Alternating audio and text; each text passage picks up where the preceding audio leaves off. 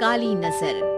माँ, माँ, अरे क्या माँ माँ कर रहा है? बकरी का बच्चा है क्या? अरे माँ, मजाक छोड़ो।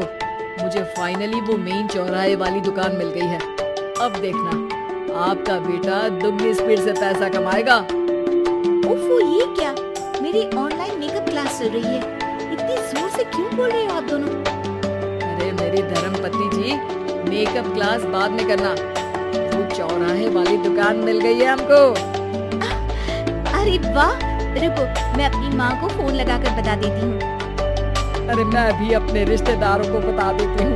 कितनी खुशी की बात है। हाँ हाँ, मैं भी अपने दोस्तों को बता देता हूँ। 1 हफ्ते बाद रजिस्ट्री है। बस घर की खुशी का मौका था। उन तीनों ने अपने अपने फोन उठाए और लोगों में बात फैलाना शुरू कर दिया। और रही सही कसर, श्वेता बहू ने अपने पड़ोस में सबको बताकर कर दी। अरे वर्मा आंटी, अब हम भी जल्दी कार ले लेंगे। घर का रेनोवेशन होगा और ठाट से रहेंगे हम भी। अरे ऐसा क्या हुआ? लॉटरी बाटरी लग गई है क्या? अरे इस बार चौराहे वाली मॉल में हमको भी दुकान मिल गई है। दुकान नंबर 21, जो एकदम चौराहे पर है। अब ग्राहक बढ़ेंगे तो आमदनी भी बढ़ेगी ही ना। अरे वाह, कितनी खुशी की बात है। मैं बहुत खुश हूँ तुम्हें इतना खुश देख के। बाकी एक बात कहूँ, सबको मत बताते फिरना। किसी की नजर लग जाएगी तो खुशी की खबर वापस लौट जाएगी। हैं? ऐसे थोड़ी ना होता है। अब डरा रही हो। अरे सही कह रही हूँ, काली नजर कहते हैं इस चीज को। जब आप किसी को कुछ बताओ और वो काम बिगड़ जाए। अरे लेकिन मैं तो। तुमने सबको बता दिया ना? हाँ, फोन लगा लगा के। अब बच के रहना। काली नजर बड़ी खतरनाक होती है। श्वेता इतनी खुश रहती है कि वो वर्मा आंटी की बात पर ध्यान ही नहीं देती, जबकि पड़ोस में और भी लोगों से खुशी की खबर शेयर करती रहती है। अगले दिन राजेश बहुत दुखी होकर घर आता है। अरे बेटा, क्या हुआ? मुंह क्यों सूजा हुआ है? मधुमक्खी ने काट लिया क्या? माँ, वो दुकान किसी और के पास चली गई। किसी ने ज्यादा भाव लगा दिया। अरे पर बात तो आपसे हुई थी ना उस दुकान वाले की। हाँ, आज मैं टोकन अमाउंट देने गया था, तब मुझे पता चला। कोई आकर सुबह मुझसे पहले ही ज्यादा अमाउंट दे गया। काली नजर। क्या? क्या कहा? वर्मा आंटी ने समझाया था कि किसी को बताना मत, वरना काली नजर लग जाएगी। अच्छा, तुम्हें उनकी बात मान लेनी चाहिए थी। उनकी बात मान लेती, लेकिन उसके पहले ही सबको बता चुके थे ना हम तीनों। अरे अगली बार से ध्यान रखेंगे। कोई भी नई चीज होगी तो किसी को नहीं बताएंगे। तीनों कुछ दिन ऐसे ही रहते हैं, पर एक दिन श्वेता को एक मेल आता है। राजेश, मेरा ऑनलाइन मेकअप कोर्स कंप्लीट हो गया। अब मैं खुद का पार्लर खोल सकती हूँ। अरे वाह, अपने मोहल्ले में ही खोलते हैं। ये जो घर के सामने दुकान है ना, वहीं। हाँ, यहाँ सस्ती भी मिल जाएगी। अगले दिन श्वेता वर्मा आंटी के पास जाती है, मिठाई का डब्बा लेकर। अरे आओ आओ, कैसे आना हुआ? जोर से नहीं बोलूंगी। वो सामने वाली दुकान है ना, वहां मैं अपनी पार्लर की दुकान खोलने वाली हूँ। उसकी मिठाई है। अरे वाह, बहुत बधाई हो तुमको। हाँ, मैं कमाने लगूंगी तो राजेश पर पूरे घर का बोझ नहीं रहेगा ना आंटी जी।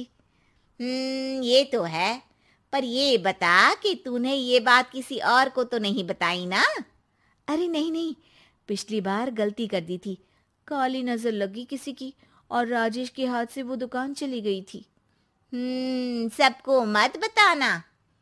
चलो मैं चलती हूँ, कल दुकान की बात करने भी तो जाना है। अगले दिन श्वेता दुकान के लिए मालिक से बात करने जाती है। अरे लेकिन दुकान तो हम कल रात को ही किसी को दे चुके हैं। कल ही? हाँ, कल ही। 2 दिन बाद कोई यहाँ पार्लर भी खोल लेगा। आप कहीं और दुकान देख लीजिए। अरे पर हमको भी तो पार्लर ही खोलना था। भाई ये एक ही दुकान है, आधी आधी तो नहीं दे सकता ना मैं। राजेश और श्वेता घर पर हताश होकर आ जाते हैं। इस बार तो किसी को बताया भी नहीं था, अब किसकी काली नजर लग सकती है। सुनो, तुमने माँ को बताया था क्या?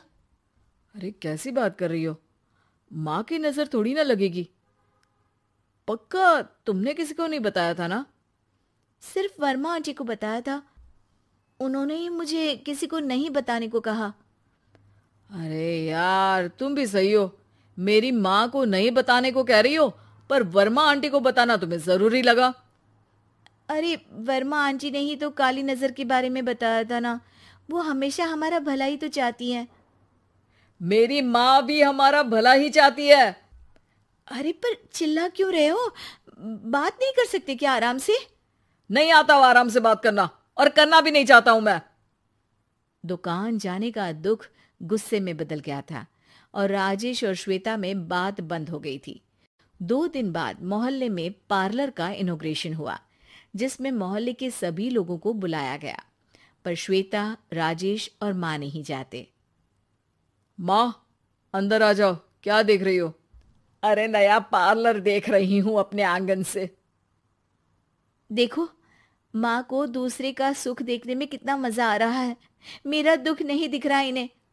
यह मेरा पार्लर भी तो हो सकता था। अरे चुप रहो यार, हर बात में लड़ाई क्यों ढूंढ रही हो? राजेश और श्वेता फिर बहस करने लगते थे। तभी माँ ने दोनों को बाहर बुलाया। अरे जरा देखो तो, दुकान चलाने वाले का बोर्ड पर नाम क्या लिखा है? श्रुति वर्मा। गाड़ी निकाल बेटा, हमें कहीं जाना है। काली नजर का इलाज कराने? राजेश अपनी बाइक निकालता है। तीनों ट्रिपलिंग कर रहे हैं। माँ राजेश को उस मॉल वाली दुकान पर लेकर जाती है जहां राजेश अपनी दुकान खोलने वाला था। यही दुकान लेना चाहता था ना तू? हाँ, पर इनको भी दुखी करने लेकर आई हो क्या यहाँ पर दुकान दिखाकर? वहां काफी नहीं था? अरे श्वेता थोड़ा सब्र रख, अभी पता चलेगा कि हम यहाँ क्यों आए हैं। बता, इस दुकान चलाने वाले का नाम क्या है?